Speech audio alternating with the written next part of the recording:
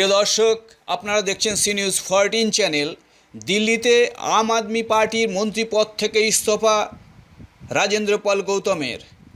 দিল্লিতে 5ই অক্টোবর 1000 দলিত ও আদিবাসী বৌদ্ধ ধর্ম গ্রহণ করায় ভারতীয় রাজনীতিতে আলাদা গুরুত্ব পায়। তাছাড়া লখনৌয়ে 15,000 দলিত আদিবাসী হিন্দু ধর্মের জাতপাতের জাতাকল থেকে মুক্তি পেতে বৌদ্ধ ধর্ম গ্রহণ করেন। বাবা সাহেবের 22তম প্রতিজ্ঞা গ্রহণ করাতে বিজেপির অপছন্দ, যা সংবিধান রচয়িতা ডক্টর ভীমরাও আম্বেদকরের প্রতিজ্ঞা ছিল। দিল্লি পুলিশ জিজ্ঞাসাবাদের পর রাজেন্দ্র পাল গৌতম কি বলছেন দেখুন।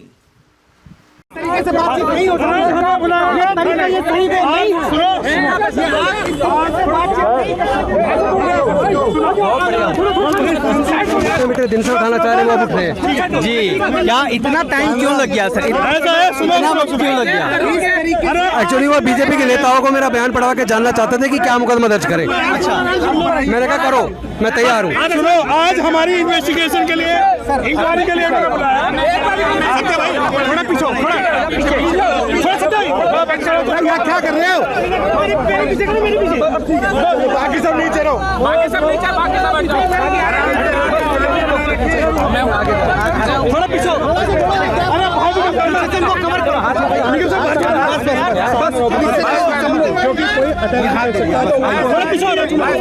सुनिए,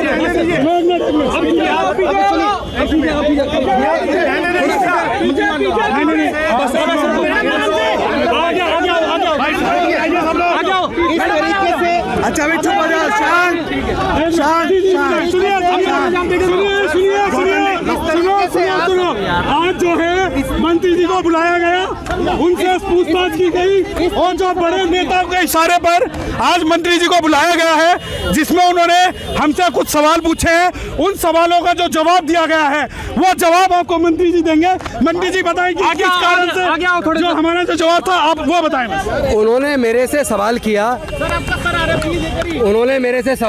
कि जो 22 प्रतिज्ञाएं वहां पर दोहराई गई, क्या वो 22 प्रतिज्ञाएं आज के समय में प्रासंगिक हैं? तो मैंने उसका जवाब दिया कि देश के पूर्व राष्ट्रपति रामनाथ कोविंद जी वो पुरी के मंदिर उड़ीसा गए, उनको अंदर घुसने नहीं दिया मंदिर के अंदर। और मैंने दूसरा जवाब दिया, खैरलांजी कांड हुआ महाराष्ट्र के अंदर, कुमेर कांड हुआ राजस्थान के अंदर, जितेंद्र मेघवाल का मूंछ रखने पर हत्या हुई, और इसके साथ साथ इंद्र मेघवाल की घड़ा छूने पर हत्या हुई, हाथरस की बेटी के साथ बलात्कार करके उसकी हत्या हुई, और अभी लखीमपुर खीरी में 2 बहनों का सामूहिक बलात्कार करके उनको फांसी पे लटकाया गया। मध्य प्रदेश के अंदर होली के दिन होलिका का पूजा करने पर दलित महिला को होलिका में जला दिया गया। कर्नाटक के अंदर मंदिर की मूर्ति छू लेने पर दलित समाज के एक परिवार के ऊपर 60,000 रुपये का जुर्माना लगाया गया। और इसके साथ साथ पूरे देश के अंदर हम देख रहे हैं लगातार दलितों के साथ जाति की वजह से उत्पीड़न हो रहा है।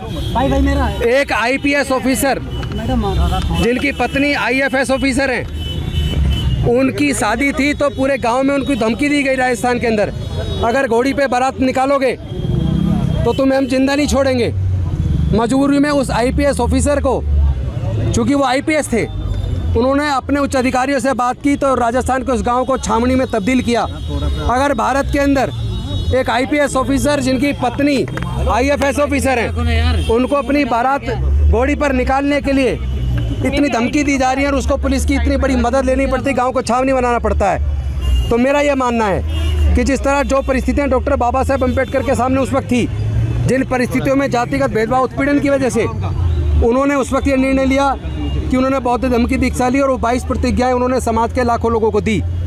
तो आज जब इस तरह की जातिगत उत्पीड़न की घटनाएं लगातार चल रही हैं, तो मैं समझता हूं कि आज भी जब तक भारत छुआछूत मुक्त ना हो जाए, जब तक भारत से जातिवाद खत्म ना हो जाए, जब तक भारत में दलितों को मूंछ रखने पर, मंदिर में प्रवेश पर, मूर्ति छू लेने पर, चूँकि अभी उत्तर प्रदेश के अंदर भगवान की मूर्ति छू लेने पर एक दलित समाज के व्यक्ति की हत्या कर दी। तो जब तक ये जातिगत उत्पीड़न खत्म नहीं हो जाता, जब तक ये छुआछूत मुक्त भारत नहीं बन जाता, मुझे लगता है तब तक वही परिस्थितियां आज भी मौजूद हैं और वही 22 प्रतिज्ञाओं का महत्व आज भी उतना ही है जितना उस वक्त था। ये मैंने जवाब दिया। दलित जी अकेले कैसे लड़ेंगे? आपकी पार्टी तो आपके साथ ही नहीं नजर आ रही है। दलितों के साथ जब भी कोई जुर्म होता है तो देश की सारी पार्टियां और उनके बड़े नेता चुप्पी साध लेते हैं। दलितों को अपनी लड़ाई खुद लड़नी पड़ती है और हम लड़ेंगे, हम डरने वाले लोग नहीं हैं। सर, क्या आप खुद को आम आदमी पार्टी से अलग कर लेंगे आप, क्योंकि एक भी कार्यकर्ता मौजूद नहीं था यहाँ पे? मैं डॉक्टर बाबा साहेब अम्बेडकर का सच्चा सिपाही हूँ। मेरे खून में गद्दारी नहीं है, मैं गद्दारी नहीं कर सकता। लेकिन अगर मेरे साथ होने वाले जुल्म पर इस तरह की राजनीति चलेगी तो मैं अपने समाज से चर्चा करके भविष्य के लिए निर्णय लेने के स्वतंत्र हूँ। लेकिन एक अरविंद केजरीवाल ने पार्टी पीछे हो गए, एक बार थोड़ा पीछे हो गए। मैं डॉक्टर बाबा साहेब अम्बेडकर जी के बनाए रास्ते पर चलता हूँ।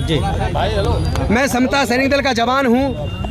मैं भारतीय बौद्ध महासभा मिशन जय भीम का एक सच्चा कार्यकर्ता होने के नाते, एक कट्टर अम्बेडकरवादी होने के नाते, और चूंकि मुझे भारत के संविधान जो डॉक्टर बाबा साहेब अम्बेडकर जी ने बनाया उसमें मेरी गहरी आस्था है, इसलिए मैं किसी भी प्रकार का गैर कानूनी असंवैधानिक काम नहीं करता हूं।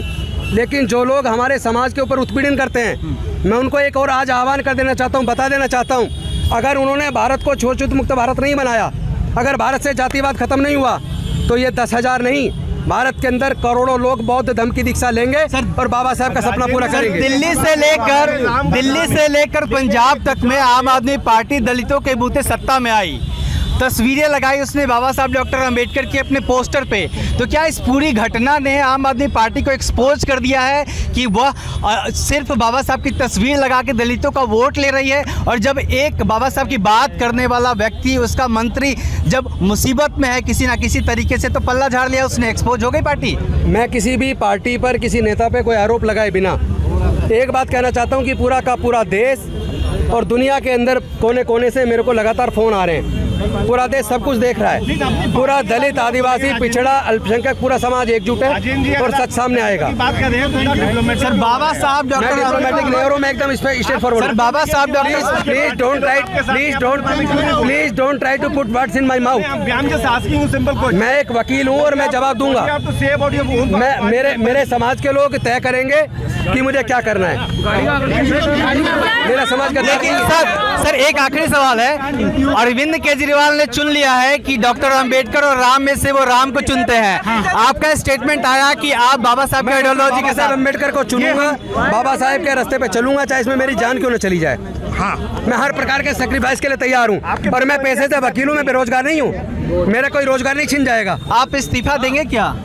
किस चीज से? आम आदमी पार्टी से, क्योंकि पार्टी खड़ी नहीं है। मैं एक एमएलए हूँ, मैं क्यों इस्तीफा दूंगा? मैं जनता ने जिताया, मैं जनता को धोखा नहीं दे सकता, जनता के मुद्दे उठाऊंगा मैं। सर, आपने ये क्यों नहीं वेट किया कि आपको मेरे साथ मेरा समाज है, मुझे किसी की जरूरत नहीं है। तो पार्टी छोड़ देंगे? अगर न्यायोचित तरीके से मेरे साथ लोग खड़े नहीं है, लेकिन मेरा समाज खड़ा है, मैं बहुत मजबूत आदमी हूँ, डरने वाला आदमी नहीं हूँ। लोग अपना आप दिशा तय कर लें। सर, आपने इस्तीफा खुद से दिया कि पार्टी ने कहा आपसे? नहीं, मुझे उस वक्त लगा कि जिस तरह बीजेपी बदनाम कर रही है अरविंद केजरीवाल को और पार्टी को, मुझे उचित नहीं लगा। जिस तरह जुल्म लगातार हो रहे, कोई बोल नहीं रहा, इसलिए मैंने निर्णय लिया था। तो ये थे राजेंद्र पाल गौतम जी, जो पहाड़